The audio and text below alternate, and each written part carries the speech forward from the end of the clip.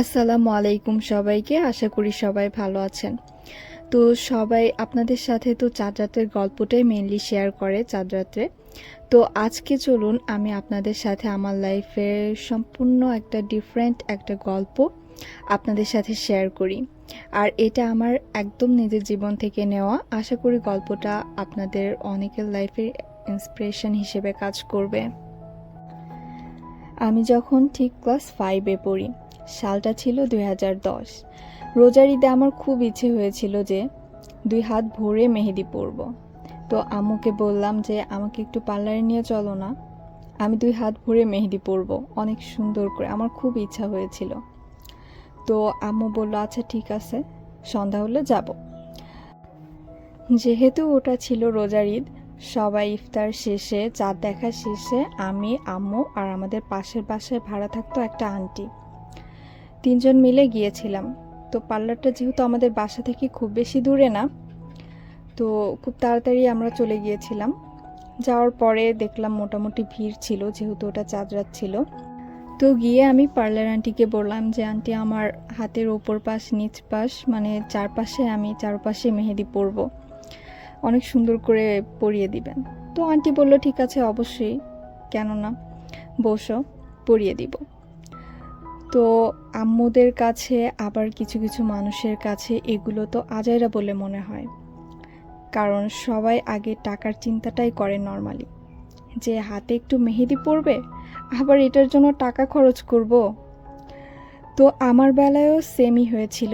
আম্মু জিজ্ঞেস করলো যে কত টাকা। তো উনি বলেছিল যে তখনকার সময় মানে 2010 সালের কথা বলছি, যে হাতের ওপর পাশ দুই পাশ মিলে 600 টাকা মতো এমন একটা অ্যামাউন্ট বলেছিল মেবি। তো এটা শোনার পরে তো আমার আম্মুর মানে আমার মায়ের চোখ একদম চক্ষু চড়ক গাছ যেটাকে বলে।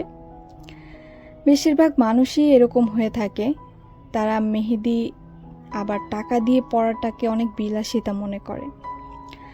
যদিও 2025 সালে এসেও এরকম ধারণা আমাদের অনেকেরই মনে আছে, কিন্তু আসলে আজকে সে বুঝে যে মেহেদি পরানোটা আসলে কতটা ধৈর্যের বিষয়, কতটা নিখুঁত কাজের বিষয় আর কতটা সময়ের বিষয়।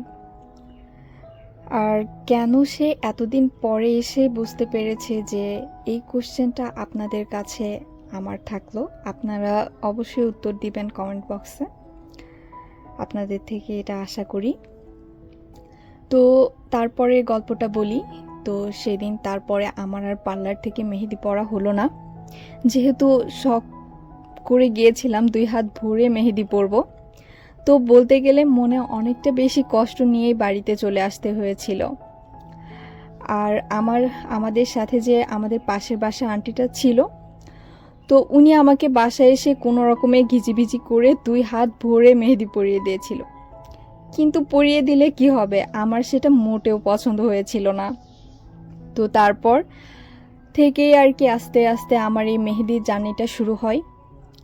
শুনলে আপনারা অবাক হবেন যে প্রথমে মেহেদির কোনটা কিভাবে ধরতে হয় সেটাই আমি জানতাম না, কিন্তু এখন আলহামদুলিল্লাহ আজকে এই পর্যন্ত পৌঁছেছি শুধুমাত্র চেষ্টা করতে করতে আর নিজের কষ্টটা থেকে। শুধু তাই নয়, এখন অনেকেরই ভরসার হাত আমি। অনেকেই ঈদের আগে আমার আসার অপেক্ষায় বসে থাকে, কবে আমি আসব, তারা কবে মেহেদি পরবে। জিনিসটা আমার কাছে আসলে অনেক ভালো লাগে এখন। যদিও আমার ব্যাক পেনের কারণে আমার দিতে কষ্ট হলেও আমি তাদেরকে তাদের মনের মতো করে দেওয়ার চেষ্টা করি, কারণ 2010 সালে মেহেদি পরতে যাওয়া অবুঝ আমি যে কতটা কষ্ট পেয়েছিলাম, সেই কষ্টটা আমার আশেপাশে থাকা মানুষগুলো যাতে না পায়। তো এখন অনেকেই আমাকে বলে এটাকে বিজনেস হিসেবে নিতে, কিন্তু আমি আমি হ্যাঁ আমি চাইলেও এখন এটাকে প্রফেশনাল বিজনেস হিসেবে নিতে পারি, কিন্তু আমি সেটা এখনও করিনি। সামনে করব কি না এটাও বলতে পারছি না। আমি সবাইকে এখন ফ্রিতেই পড়িয়ে দেই, এবং তারা যখন মন থেকে খুশি হয় জিনিসটা দেখে বা তাদের মন মতো হয়, তো তখন তাদের হাসি মুখটা দেখলে আমার কাছে অনেক বেশি ভালো লাগে।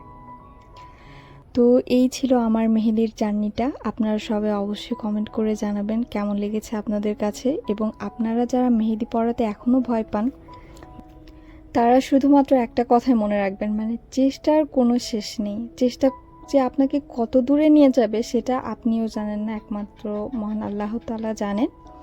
তো এটাই বলবো আপুরা, যাদের এখনও ইচ্ছা মেহেদি দিতে শেখাটা, মেহেদি অন্যের হাতে পরিয়ে দেওয়া বা নিজের হাতে পরার, তো তাদেরকে একটাই আমি জিনিস সাজেস্ট করব, সেটা হচ্ছে তারা চেষ্টা করতে থাকেন। চেষ্টার কোনো বিকল্প নেই। 5 বার, 10 বার, 15 বার, 20 বার, 3 মাস, 2 মাস, 5 মাস চেষ্টা করতে থাকেন। তো আজকে এই পর্যন্তই। সবাইকে আল্লাহ হাফিজ। ভালো থাকবেন সবাই, দোয়া করবেন আমার জন্য।